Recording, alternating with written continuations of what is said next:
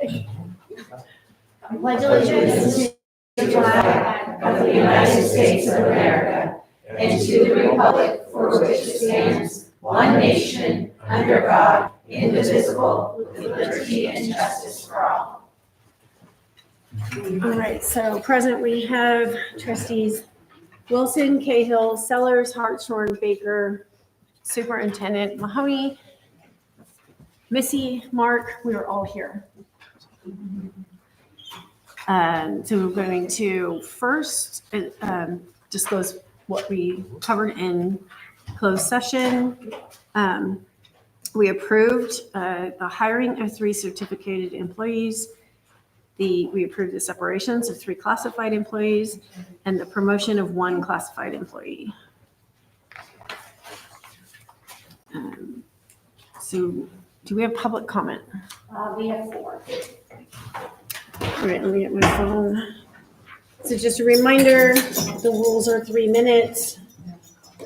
I set my timer because we can't find the official timer still. So I'll set my phone. The first one is Suzette Vieira.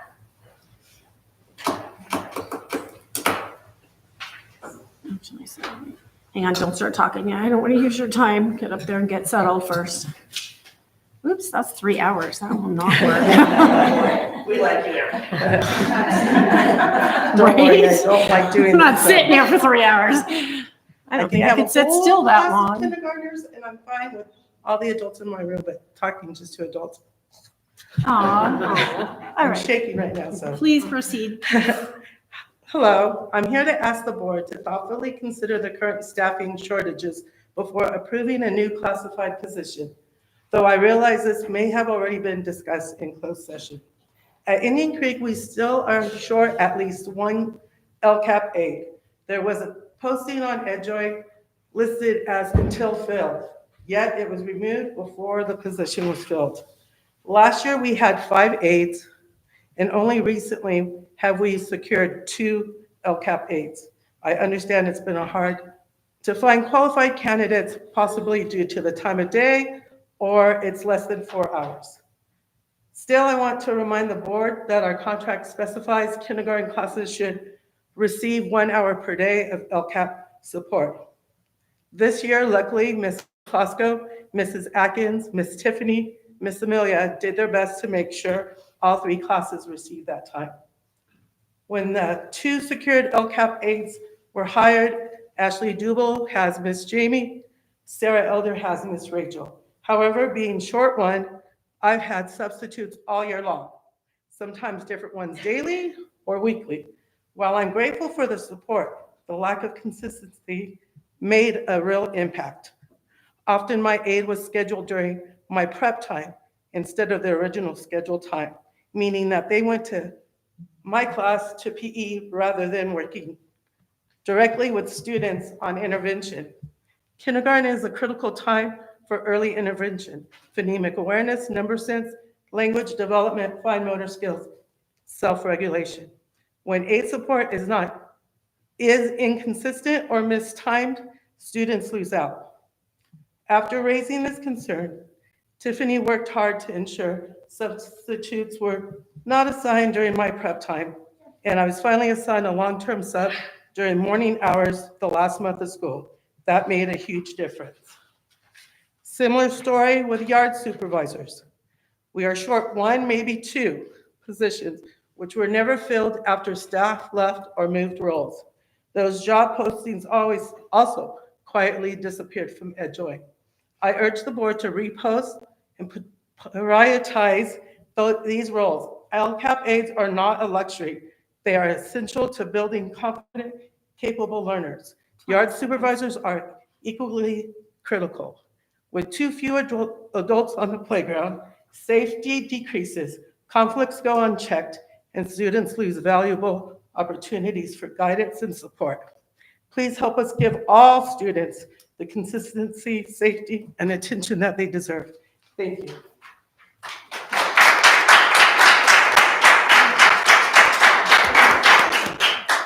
That was perfect timing. You had 1 second left. That was amazing. That's amazing. Who's next? Angela Jonas.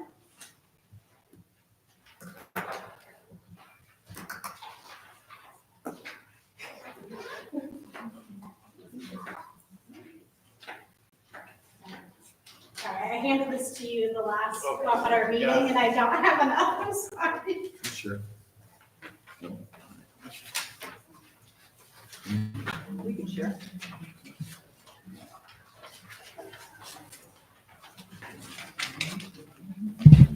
As soon as you're ready, I'll start your 3 minutes. Just let me know when you're ready.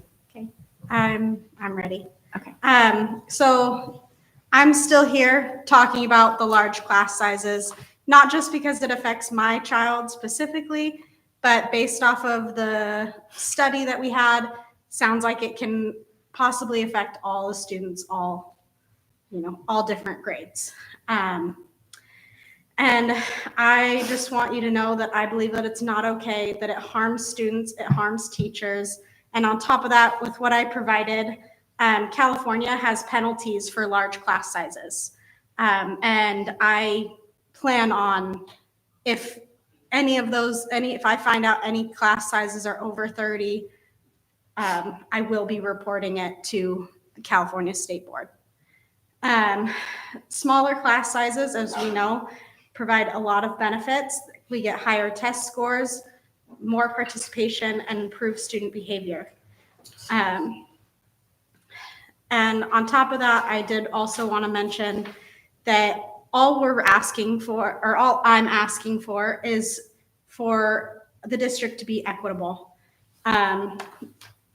Indian Creek shouldn't be harmed so that Charles Brown can flourish. I know that that's my opinion and not the opinion of everyone, but that's just how I see it when I go to the school.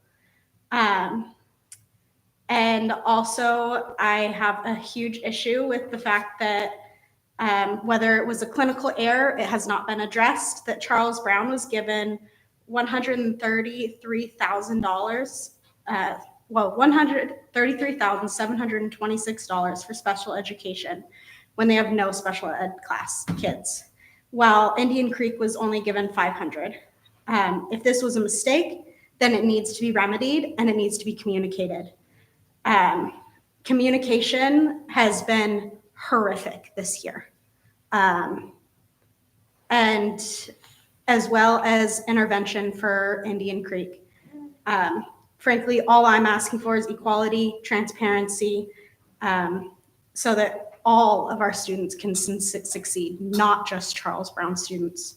Motherload needs to change, and we need to do something about it because what's happening is a downward spiral. And with whatever minutes I have left, I'd like to give it over to 30 Lisa. seconds left. You can't give them away. Sorry. Unless you can show me a rule where that's under rules it's permitted. It's not permitted. Okay, I don't know I've just heard people doing it before, so. Yes, that was before I was president. No offense, Glenn. Cheap shot. Lisa Estrada.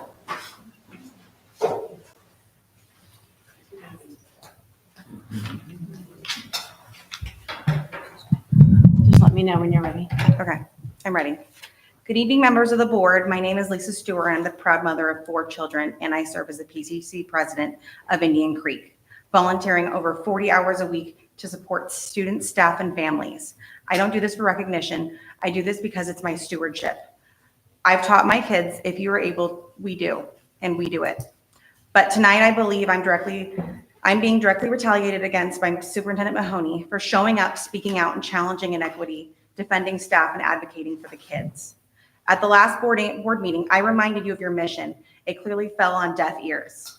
Mr. Mahoney recently informed me that siblings are no longer allowed on campus, but there is no board policy in support of that. In his own email, he wrote that the visitation decisions fall under the site principal, and yet this policy was quietly enforced without the new principal's input and with no public communication, only directed at me. Let me remind you, Sophie, my 3-year-old, has given more time to Indian Creek than most adults. On New Year's Day, after our school was vandalized with graffiti, Mr. Mahoney was fine waiting days to respond.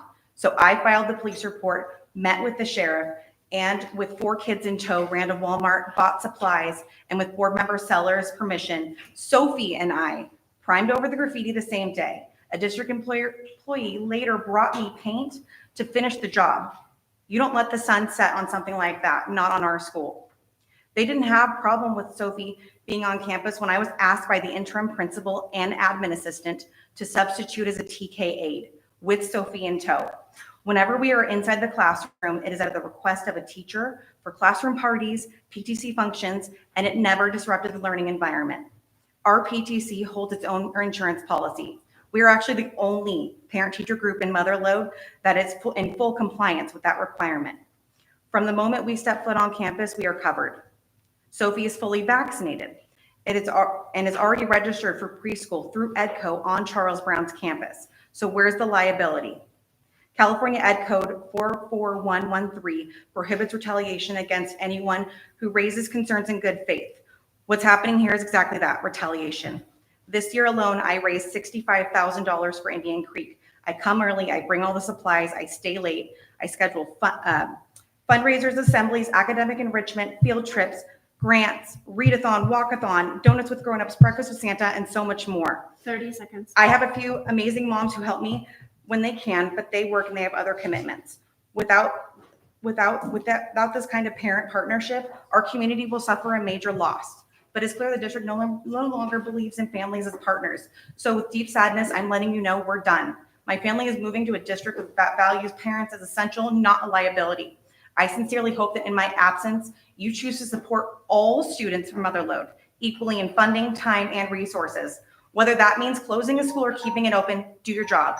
The brief mention of redistricting lines is ridiculous. Support this community's kids. Thank you, Lisa. Oh, wait, another one? Oops. Okay. Melissa Young. Okay. Well, my topic isn't going to be popular, but that's okay. Good evening. I'm actually here because last board meeting, I was inspired by Caitlin's comments about the positivity that's going on in our school district. And I'm here to thank you. And thank you for all you do for our students and keeping commitments. I also want to mention that I am not here as union leadership. I want to make sure that that's super clear. But instead, I'm a teacher who has been in the school district for 30 years. I taught at Indian Creek for 15, 13 at Herbert Green, and will begin my 3rd year at Charles Brown. In addition, I have taught grades 2nd through 7th grade, so I have a very broad perspective. I've had class sizes of my lowest is Charles Brown, but all the way up to 37 in the higher grades, which is that something we agreed to in our district when I was first here, that we would put our lower class sizes into the lower grades. So I have worked at all 3 schools. Each school comes with their own unique qualities and strengths, and I never could say which one is better. Now I'm going to fast forward and go back to Charles Brown and Charles Brown's project. 3 years ago, Superintendent Wilson actually presented the idea of opening back up Charles Brown and making it a learning academy to serve our students who are not being served by other programs that are available in our school. And his goal was to reach our students who do not qualify for IEPs, do not qualify for 504s, do not get aid help, but are really what we call the silent student. And anybody who's in education knows exactly what that is. It's the student who sits back, and sometimes it's a behavior problem, but never asks questions, the one that you can't reach. And then usually what happens is they are, you don't realize that how they're really not getting it until it's assessment time. Then you're just like, oh my goodness. Let me see. He also said that we would use data to drive our instruction, which I love, have always been interested in, have always worked on committees for that. And, 30 seconds. oh my. Talk faster. Okay, I'm just gonna cut to the chase because I was gonna tell you about a few students and their comments, but I'm not gonna do that because I'm just gonna go to really why I'm here. So I'm here to say thank you. Thank you for your support. Thank you for trusting us. Thank you for following through on your commitment. Our students took a big risk when they came to our school. They go to the other schools and they're called retards. Their parents are called traitors. And I just want you to know that you are not wasting your money at Charles Brown, and we really appreciate your support. Thank you.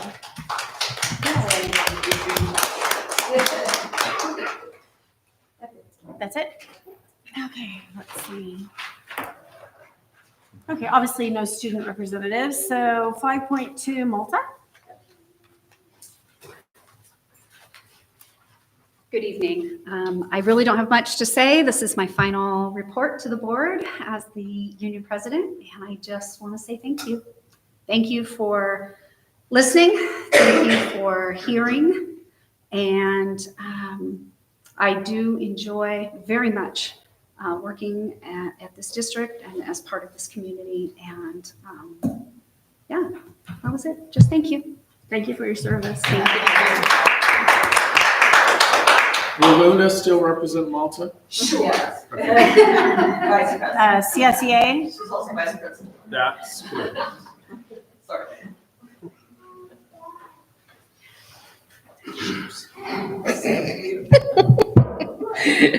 Good evening, Board of Supervisors and Superintendent Mahoney. I would first like to thank the board for continuing to provide the opportunity for the bargaining units to speak via official agenda items under community leadership during these meetings. If I find it unnecessary to address items related to our bargaining unit, I will pass for efficiency of the meeting. Doubtful, but possible. I am always wanting to provide the board with this perspective from CSEA members working directly with students. CSEA has had a very productive negotiations meeting on June 3rd. We are working diligently on refining our tentative agreement regarding bringing current job descriptions up to date and providing opportunities for future growth to support our students.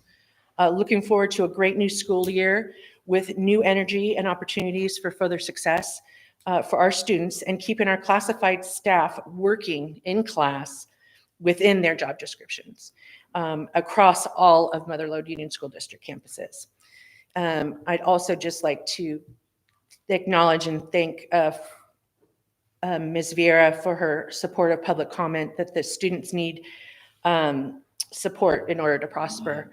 And we're looking forward to additional hires to support them. Thank you. Thank you, Johnson. Mr. Mahoney?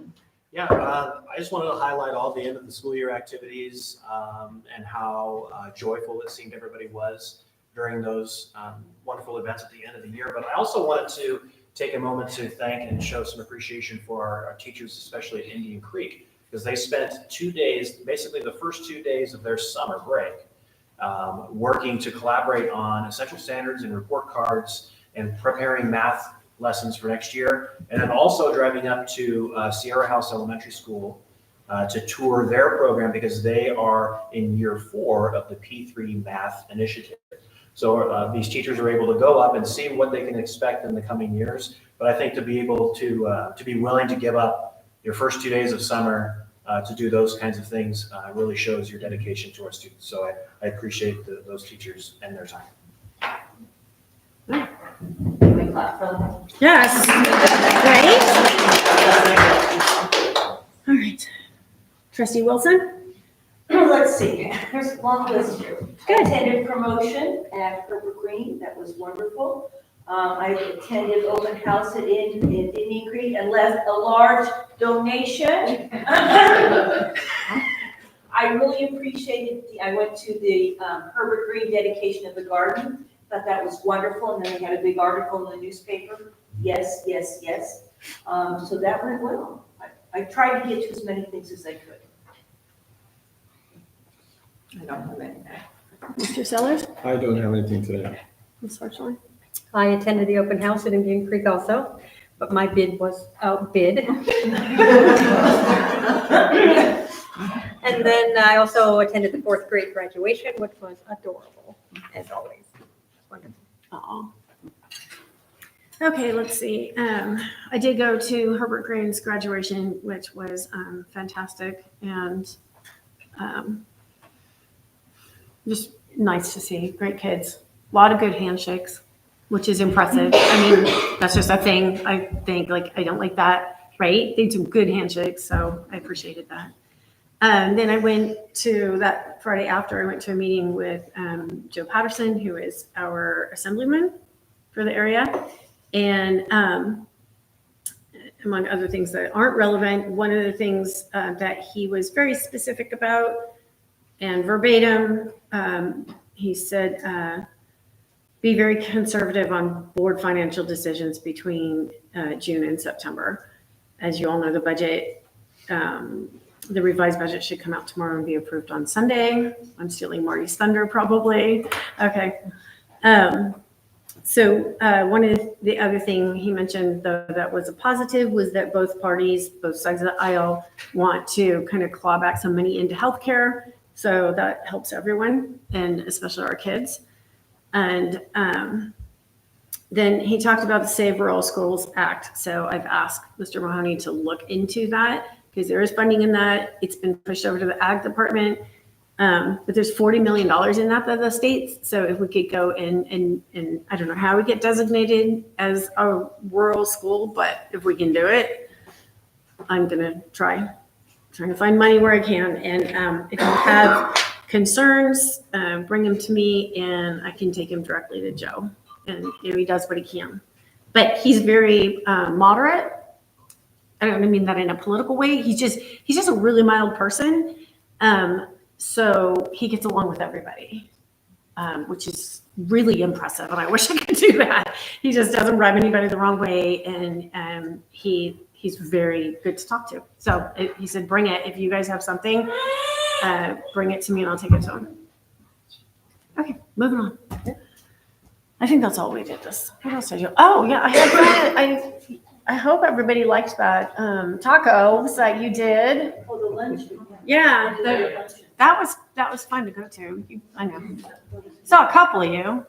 Somebody was at the hospital, but I saw other people. Can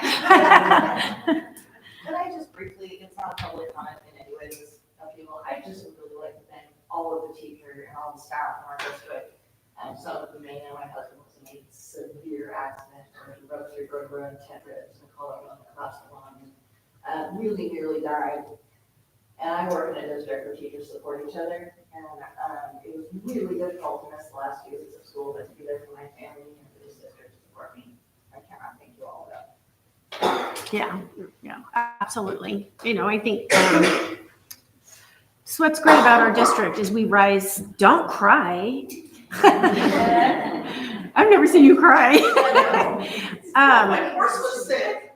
That's different. I think, yeah, one of the things that strikes me is that not everyone's going to see eye to eye, but everyone rises when there's a reason, right? When everyone rises and rises together, and that is a big deal. For other districts don't have that. All right, let's see. Consent items. Can we get a motion for 6.1 to 6.7? No, 8. I Correct. move that we approve consent items 6.2 through 6.8. I'll second that. Okay, so do we have any discussion? There's warrants, there's board minutes, a couple MOUs. Anything? A question on the health clerk, is the only thing that we changed was the salary range on that? No, there was actually, this is a new job description. We don't have a health I clerk. wondered about that too. Yeah, so we have a health assistant and we have our school nurse. Right? So this gives us some flexibility going forward if we need to do some staffing to be able to have somebody in the nurse's office at all times. at each site, or will this person be moving? Or Well, we have coverage at Indian Creek and on Herbert Green between our nurse and our health assistant. Okay, But a third person will now allow us to backfill or cover if they're absent. thank you.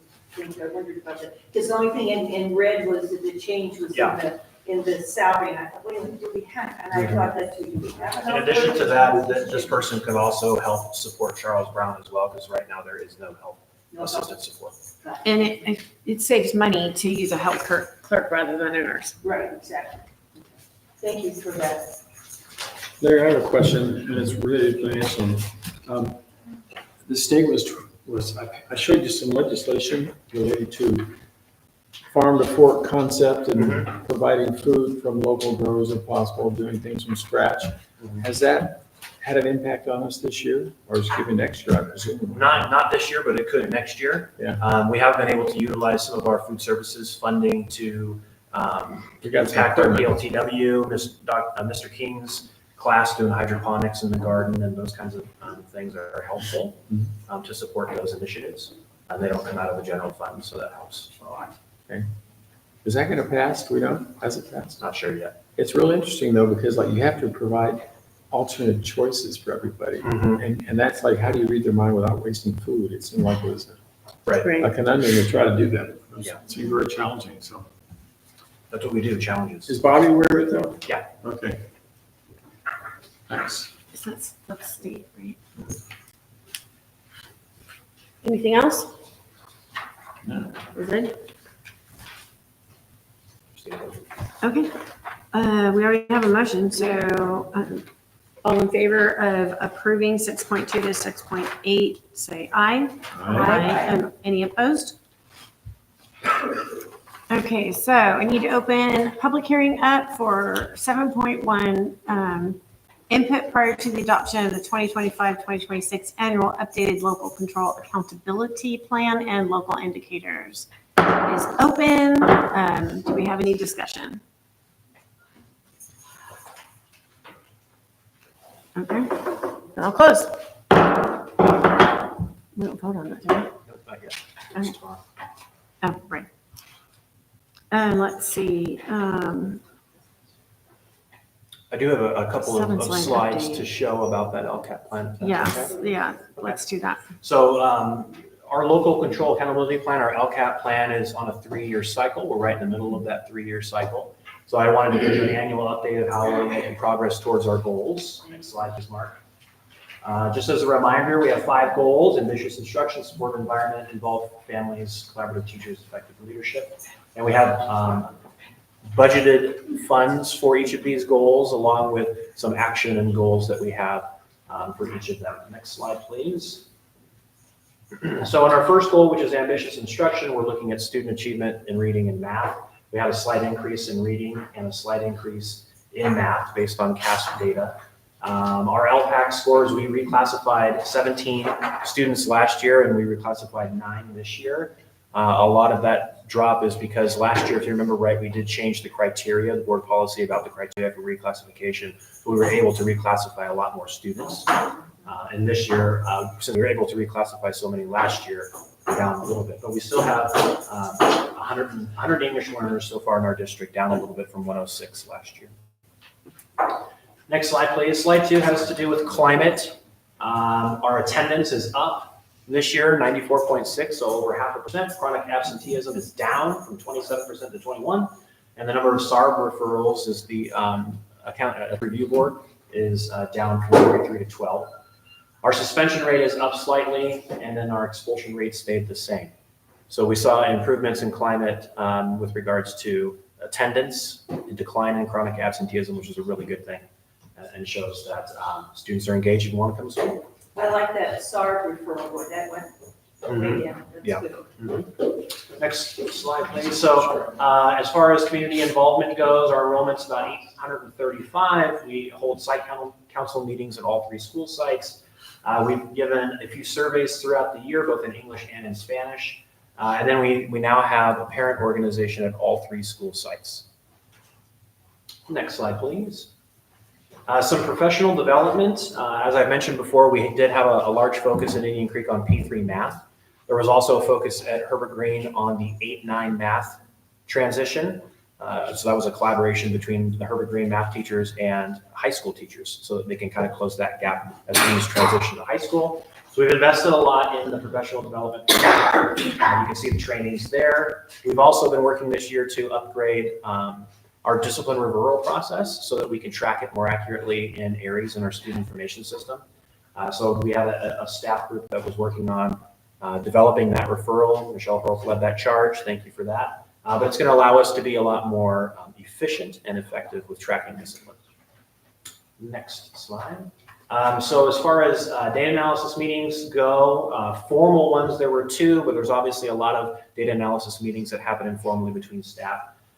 We had 8 trainings. We had 23 students participating in student advisory roles, the majority of that being at Herbert Green in our leadership program.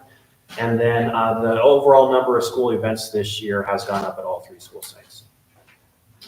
Next slide, please. Any questions for this update? No, good Okay. update. Thank you. Okay, moving on to 7.3, study session, board study session feedback.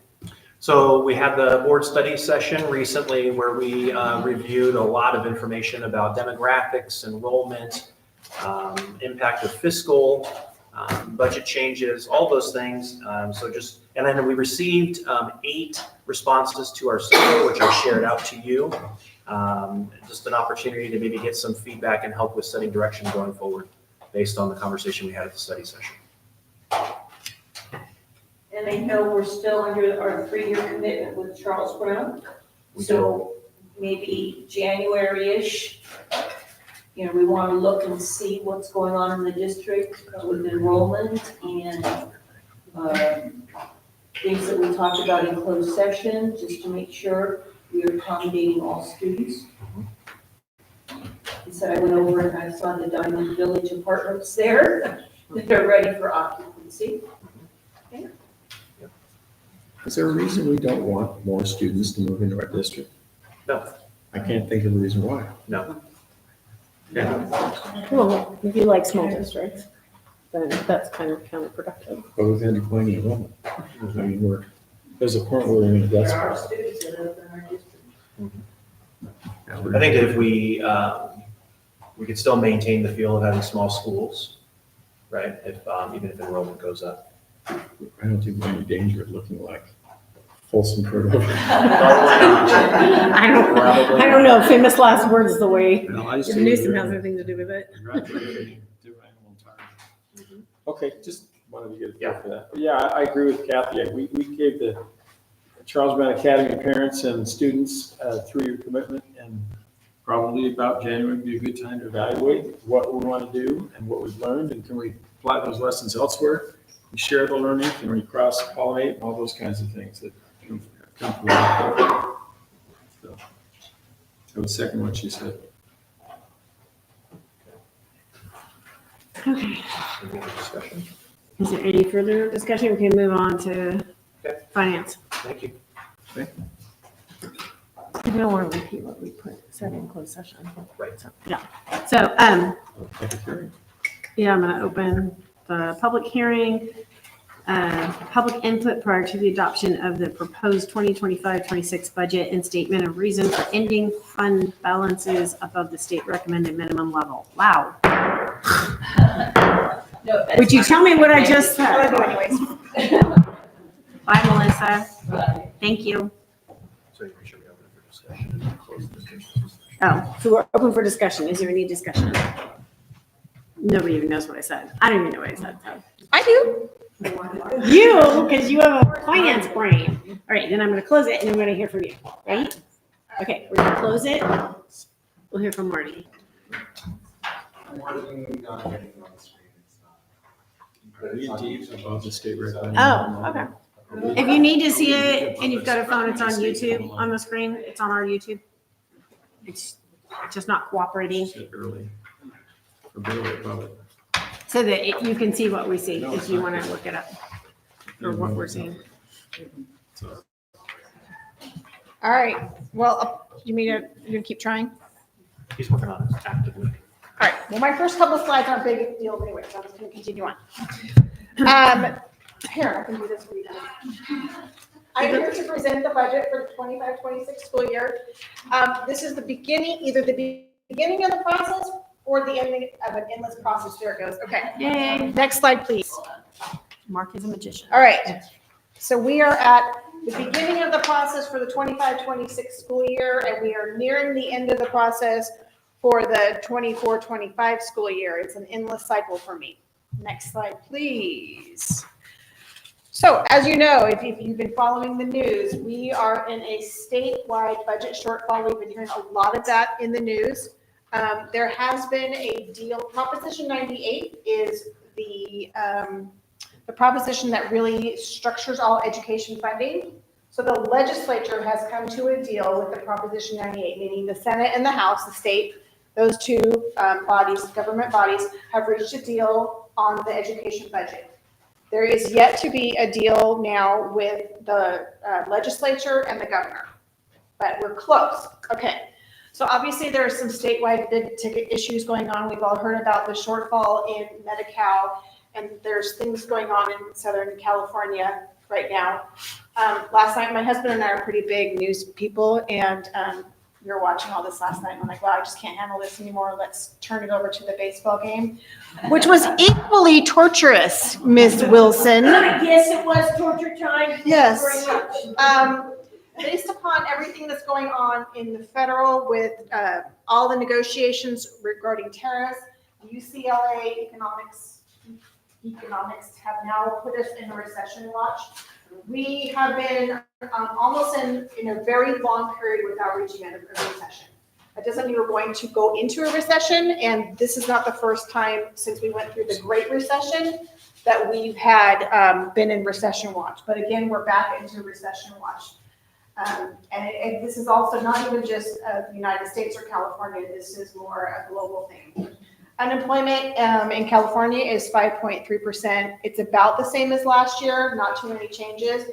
On the federal side, inflation is down, but remember, just because inflation has gone down does not mean that our prices have gone down. It just means they're not increasing as quickly as they have been. There has been no change right now in the monetary policy. One of the things that the monetary policy in our Federal Reserve does is to try and stem inflation and boost growth. And if you're a news junkie like I am, you'll see that Trump is trying to push them to change monetary policy. I make absolutely no judgment on that because I have no idea what that's about.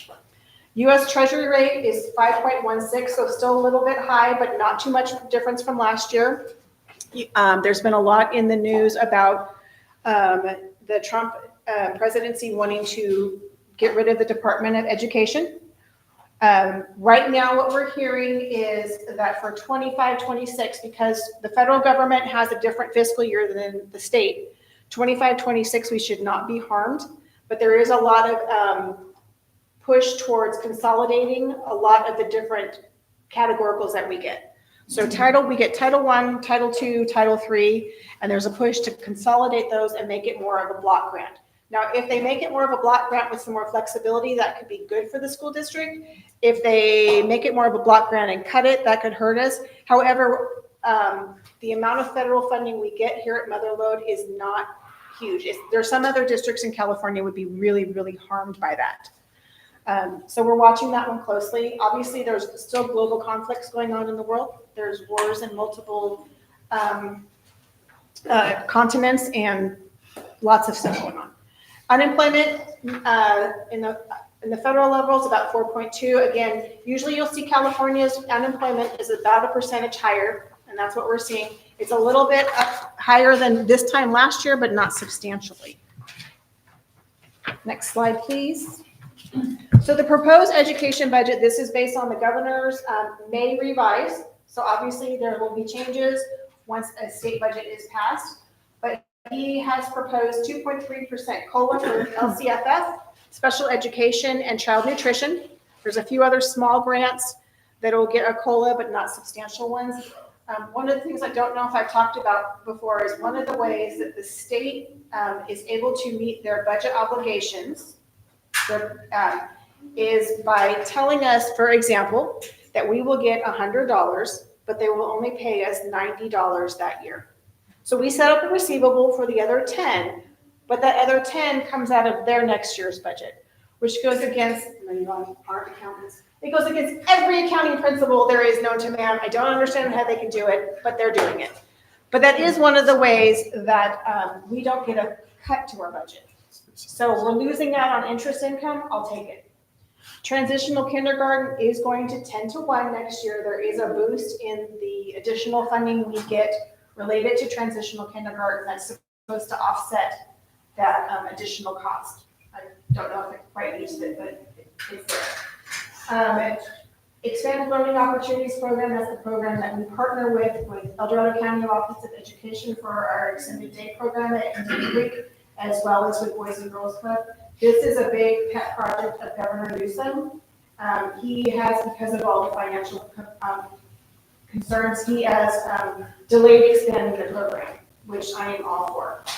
Universal Meals continues, so that means that every student in our district will receive a free breakfast and a free lunch.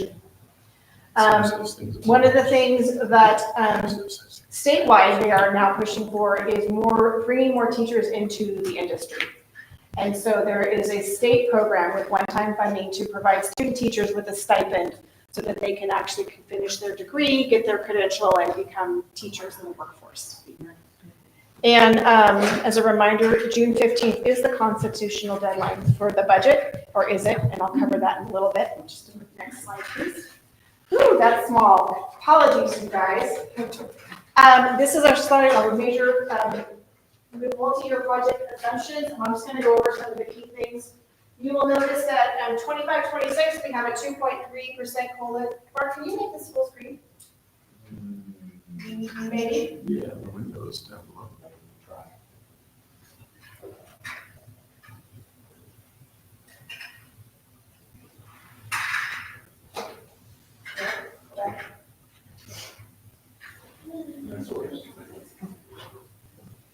Okay. All right. Apologies, Greg. Stop changing the slide. Okay. You are noticing some smaller COLAs in the future. We're looking at 2.3% this year, 3.02 in 26-27, and 3.42 in 27-28. Remember, how COLA is funded is a statutory, it's in statute. It doesn't necessarily always correlate to the increase in prices. It's based on certain things. Enrollment this year, I'm projecting a small boost in enrollment from this year, or in 25-26 from this year.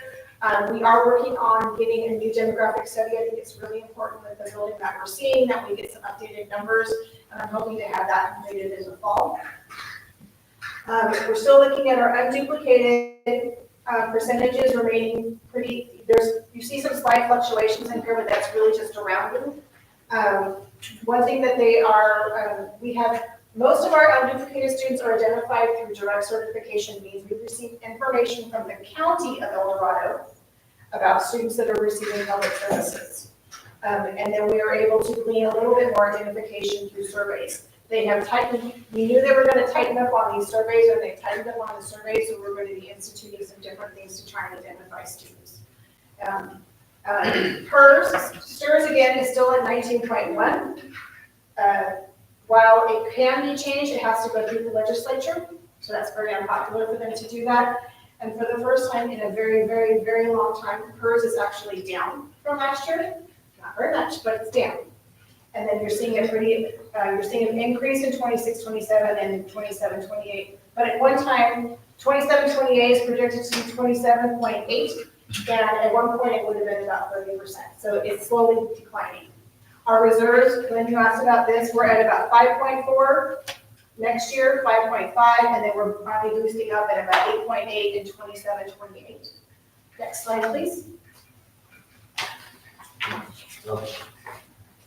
Okay, so I wanted to remind you what some of our restricted fund balances are, because it looks like we have all this money hanging around and that we should be able to use it for classrooms. And unfortunately, these are all categorical programs and have very specific requirements. And So I want you to understand what they are. So we have a lot of money in Expanded Learning Opportunities Program. Again, this is Governor Newsom's pet project. I would love for this pet project to go away and we put that into our LCFF base, but that might be for another governor to do. We have a little bit of money left in educator effectiveness, which is what we are using to provide trainings for our classified and our certificated. First, we have some money in our special education early intervention preschool grant, which is distributed to all schools. And as you obviously know, we don't have preschoolers here at Motherlode. So we've been using some of this money because we are still, Danielle and our school psychologists and our behaviorists are still working with some of the preschoolers that have been identified through special education. And we are also, Larry has been working with the County Office of Education on how we can use this money to help actually do some early intervention on these kids. So by the time they get to Motherlode, they're not in special education. We have a little bit of money left in the discretionary block grant. And then we have Prop 28 Arts and Music. That money started in 23-24. We did not start spending until 24-25. And so as the program gets going, you will start seeing us spend more and more of our allocation and bringing that budget down. The kitchen infrastructure and training funds, that's some of the money that Bobby has been using over the last year and a half to upgrade all of our kitchens. This summer, all of the kitchens will be painted.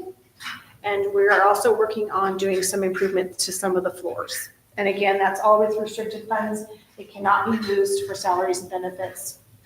It needs to be used for our kitchens.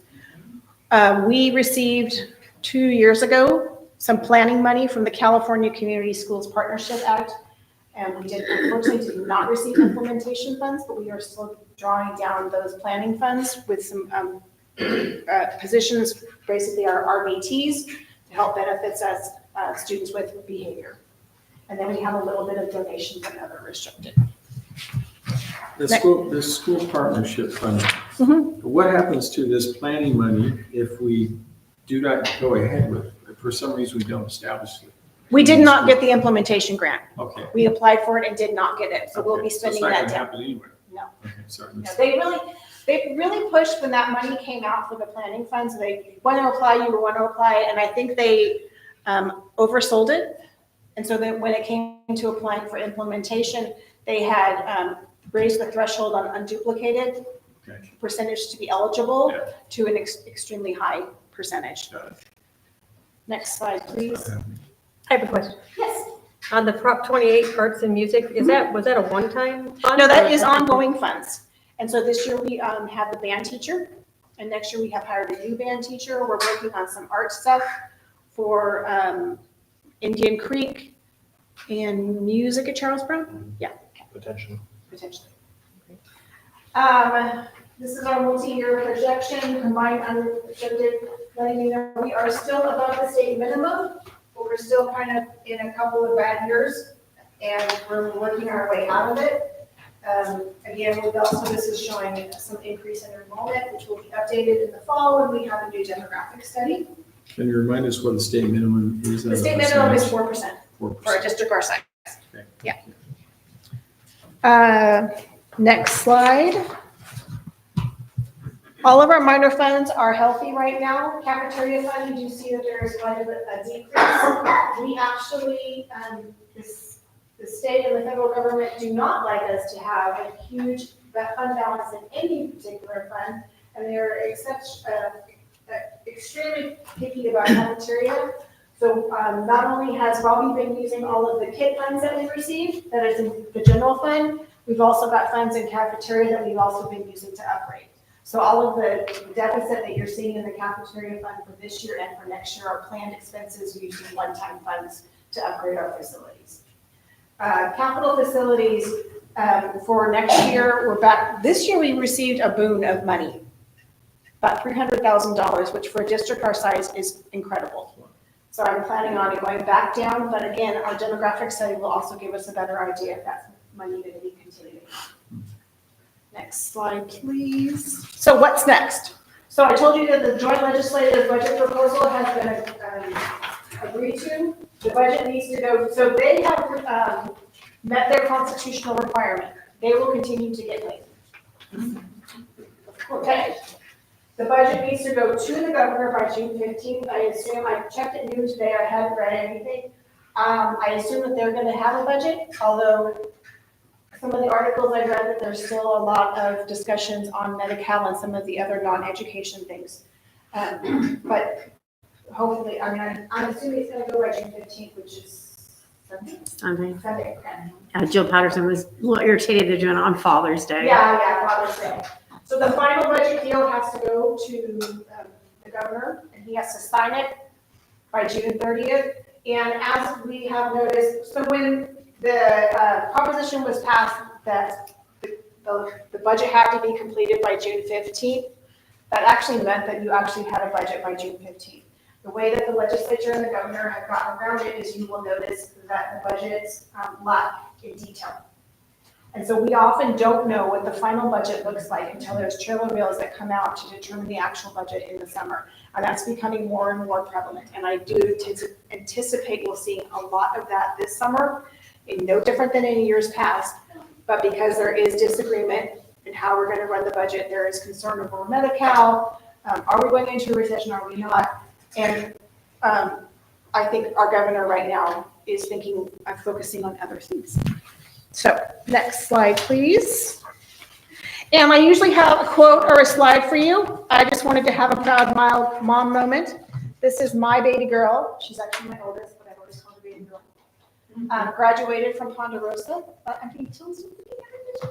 Graduated from Ponderosa last month. You'll notice her knee brace. She managed to hobble across the stage without her crutches, even though her father and mother told her not to. She will be going to San Diego State in the fall. And if I focus on that she's just gonna have a blast, I'm okay with it. You hear that? Any other questions? So will we know more by August when we come back? We should, yeah.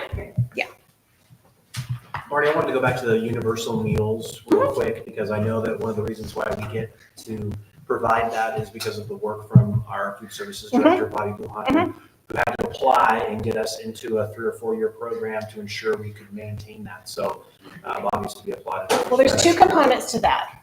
So what Bobby was able to, there is universal meals with everybody gets free and reduced free meals. What Bobby did was she applied for what's called community eligibility provision. And what that does is it provides us a higher rate of reimbursement. And it also allows us, for at least in the past, we did not have to collect free and reduced meal apps to identify our unduplicated kids. Now, as I said, the state is finally changing that. They're realizing that people may not have been honest. I haven't really noticed it in our district. When I was at the high school, there was significant portions of El Dorado Hills that would say they were free from the surveys. So they are changing that. It's going to be a little bit tougher. So we're trying to work on what we can do to make it as easy as possible for our families to still identify and get those services, because it does benefit the educational program at Motherlode. But yes, Bobby's done a lot of work. And transportation is still free in our district. Transportation is still free for next year. Thank you, Marty Stellar. Are we on 8.0? We're on 8.3 now, right? All right, so 8.3, superintendent requests approval to authorize payment of warrants and employment of staff in July, in July. This is because we don't have a board meeting in July. Oh, in case right. We need to make sure. Okay, so I need a motion. I move that we approve the request to authorize payments of warrants and employment of staff in the month of July by superintendent or designee to sign contracts. I second. All in favor, say aye. Aye. Any opposed? Okay, let's see, moving on to instruction. Information enrollment summary. Is there any discussion on that? Class size, we're good? Discussing. Okay, 10, human resources. We need a motion for the declaration of need. So we need someone to move that we approve the declaration of need. And then we will talk about it.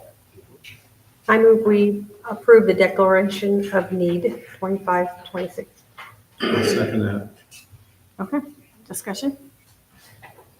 So essentially what happens is that we have a deadline over the summer to notify the state in the event that we are unable to find a qualified teacher to teach a certain class, right? So if we hire a science teacher to teach a math class, maybe they have the experience, but they don't necessarily have the credential. This gives us the flexibility to hire that person. But we have to notify the state of potentially needing somebody to fill that position ahead of time before we can actually do it in August. We've actually been very fortunate. We've done almost all of our hiring right now. We are still looking for a math teacher at Herbert Green. But this allows us to have some flexibility in case we're unable to find a certificated teacher to do that job. Thank you. I was gonna ask you how many are we looking at? It's just the math. Not many at all. That's good. I'm glad to hear that. Because a lot of other districts are looking too, and you know math, it's a hard one to fill. Math and science. Any further discussion? All right, so let's vote. All in favor of approving the declaration of needs, say aye. Aye. Anyone opposed? Okay. So tomorrow morning at 9 a.m. here is a special board meeting to approve our Local plan. LCAP. Yeah. Is that what we call it? Oh, Okay. yeah, the LCAP. And our next regular board meeting will not be until August 13th here at 5:15. So have a great summer. Enjoy July. It's already hot. See you at the fair. Thank you.